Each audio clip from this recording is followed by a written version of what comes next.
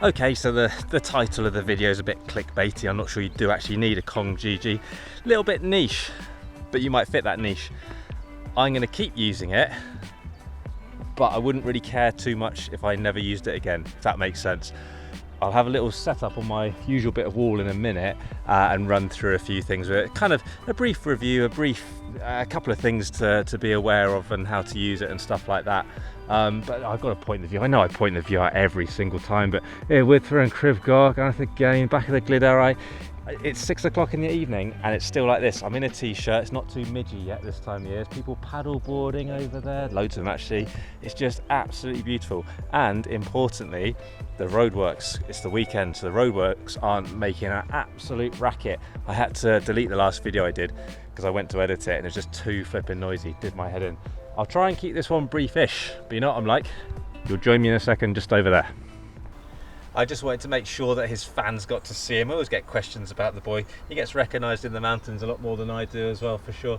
Often hear people saying, oh, there's the dog off those videos and stuff. He's always here somewhere, but sometimes he's digging around or chasing sticks and things like that. Now, before I get started on the Gigi, my regular Belay device. If you watch this channel before, you'll know I'm a fan of the Gigi. Got given it yonkies ago by Outside, who support the channel, for a review, and I thought I'd use it for the review, then put it in the cupboard to never be seen again really. But it's the one that lives on my harness. It genuinely is. I love it actually. Does everything that an ATC guy does, or you know, reverso, all the stuff that we need. It can belay a leader, it can belay a second, it can belay in guide mode, you can rappel with it, abseil with it. Plus you can do some of those things in assisted mode as well, with some caveats of how you use it. It's not a video about this one. Quite expensive though, 65-ish pounds, but it is made of steel, so it should last a long time. I've been using this for quite a while now, and there's literally like no sign of wear other than a few scratches from against the rock. There's no like rope wear on the parts, and that's down to it being made of steel. So I honestly think this will probably last until I lose it, basically. It works really well, so I'm just gonna put it in quickly to mention a couple of things. Now I load it. It's not a video on this, but you know, I'm just going to use it as guide mode because that's what the Gigi is all about. It's belaying in guide mode. Now when I'm pulling through on this device, it works really well. This is a 9.1mm rope, so relatively skinny for a single, but you know, there's a lot skinnier these days as well. I'm getting proper midged here tonight, the wind's really dropped. This one's quite shiny as well. So the the Gigi gives me no elbow pain, doesn't cause me any stress or anything with these ropes. But when they get a bit chunkier, maybe 9.5 upwards, you can start to feel that you're having to work a bit, and it does aggravate my elbows. I get tweaky elbows just from climbing in general and training and stuff, so I don't need it from a work kind of thing either.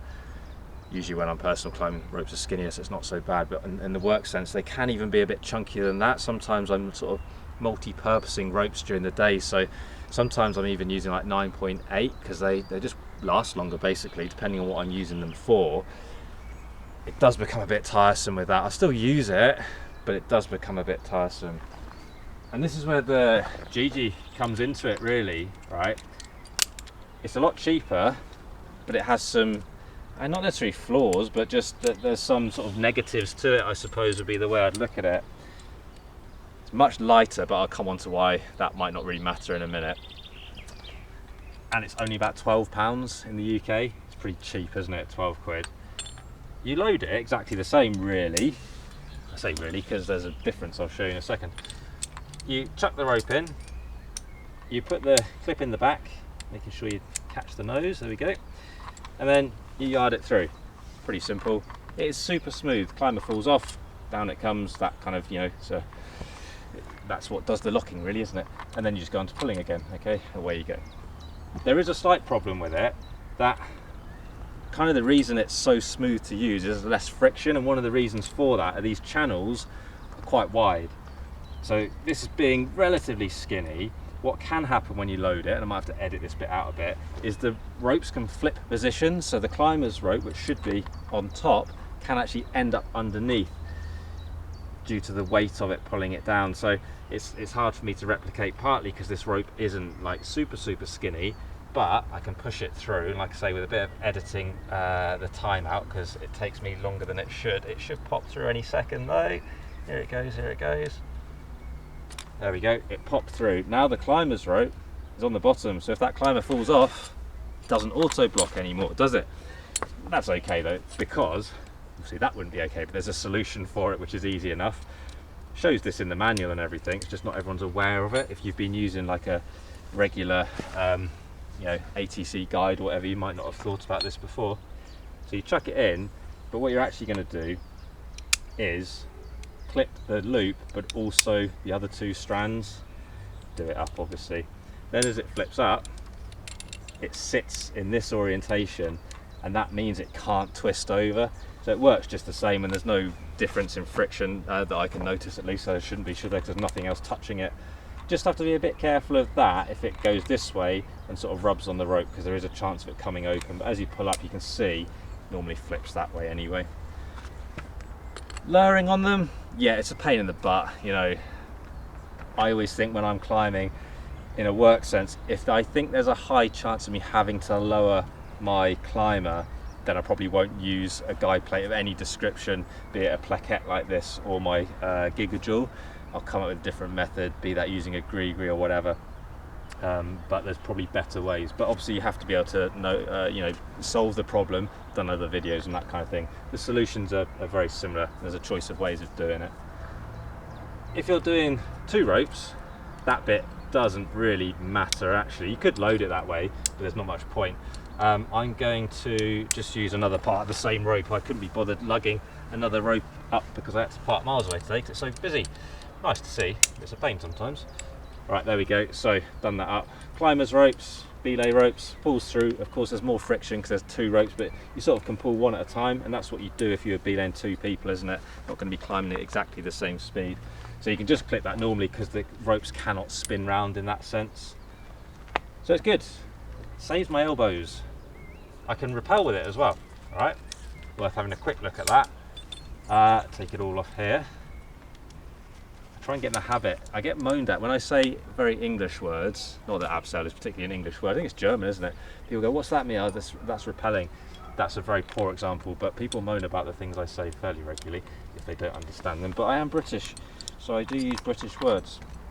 Now, if I'm going to use this for an abseil, I can load it up the same as I kind of would with a normal device. Right, but I'm going to do something very slightly different. I'm going to use it almost like a guide mode setup, whereby I clip that and do it up. So obviously it's not attached to anything yet. I can then get my sort of extended setup and actually clip into the bottom hole. You can see as I try and take in, it all grips up. So what I do is I pull that one, slide it up to the top. What do I also have to put in? A third hand, as Americans might call it, a prusik, but then basically away I go. Works really well actually. It's very smooth. There's no assisted braking with it, right? If I let go of that, it's sliding, so that's why you have to use a prusik with it. But that works quite nicely, right? There is another device that's really similar by Camp. There's not really a lot of difference. You won't have noticed because it's too far away from the camera when I did it, but it has this little rounded bar at the back. It doesn't at the front.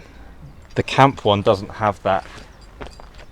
When you load it, you want that bar at the back so the carabiner side is on it. Where's the carabiner? So the carabiner would be against there, and then it can rock either side, so it makes life a bit easier.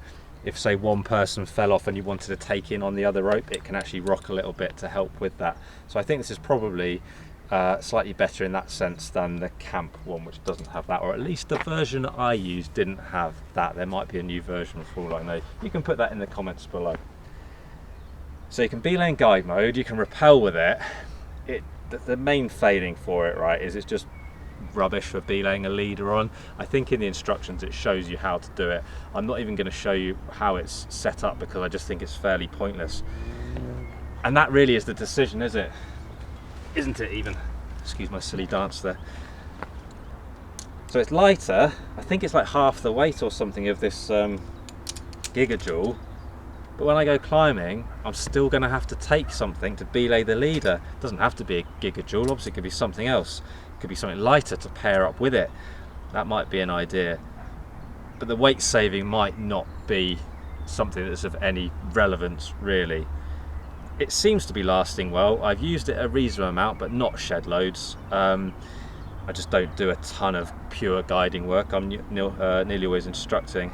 But it does come out with me now, right? I do use it, and I do remember to put it on my harness, and I guess that's part of the thing of why I wasn't using it. It wasn't kind of habit to take it out with me. So should you buy one, if you're doing a lot of guide mode belaying, then yeah, it could be a really good idea.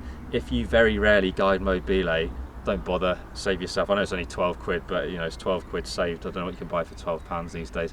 Can you even buy a nut these days? Maybe. Couple of beers. I don't drink, so I don't know how much beers cost either.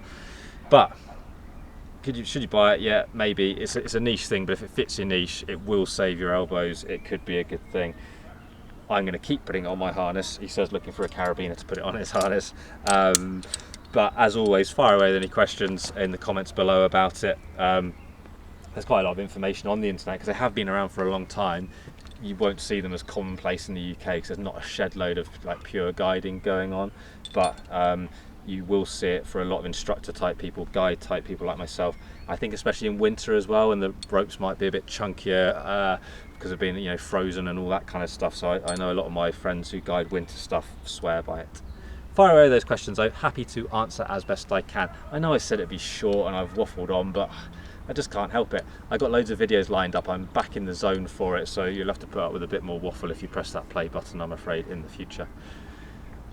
Massive thanks for watching. As always, you can support the channel by clicking the like button, smashing the subscribe button, using the buy me a coffee link, finding us on Instagram, Facebook, all those things I say every time. I'll keep saying them because the support massively appreciated. Always, always, always is. Massive thanks for watching. More videos coming up very soon.